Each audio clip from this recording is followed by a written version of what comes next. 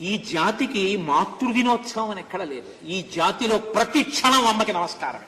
ఓ రోజు అమ్మని తలుచుకుని నమస్కారం చేయడం ఈ జాతి లక్షణం కాదు. నువ్వెందుకు స్క్రీన్ మీద చూపిస్తావు అస్తమానం? ఇది పెద్ద ద్రోహం. ఇదే నేను మీకు మనవి చేసింది. మూఢనమ్మకాలని పేరు చెప్పి అవి విశాల హృదయాలని తీసుకొచ్చి పిల్లల మీద రుద్ది వాళ్ళ భవిష్యత్తు పాడి చేస్తున్నది మనమే. అమ్మల రోజు ఏమిటండి? అమ్మల రోజు ఉందా? సౌందర్య లహరన్నారు శంకర భగవత్పాదులు. జగన్మాత సౌందర్యం అంటే అమ్మతనం. అమ్మతనం పుట్టినది మొదలు నాభీబంధం తెగిపోతుందేమో కానీ ఆ హృదయ బంధం తెగదు.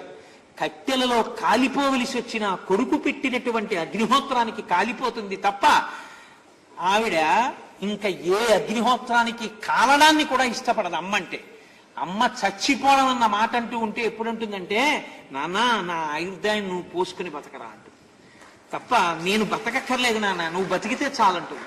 అటువంటి అమ్మని తలుచుకోవడానికి సంవత్సరానికి ఒక రోజు ఉంటుందే? ప్రతి క్షణం తలుచుకోవడం ఈ జాతి సంస్కారం. లేస్తే మాతృదేవోభవ, పితృదేవోభవ, ఆచార్య దేవోభవ, అతిథి దేవోభవ, అవి ఈ జాతి జీవనాడులు. ఒక్కరోజు అమ్మని తలుచుకోవడం, ఒక్కరోజు నాన్నగారిని తలుచుకోవడం, 364 రోజులు తిరస్కరించడం మనకి తెలియదు.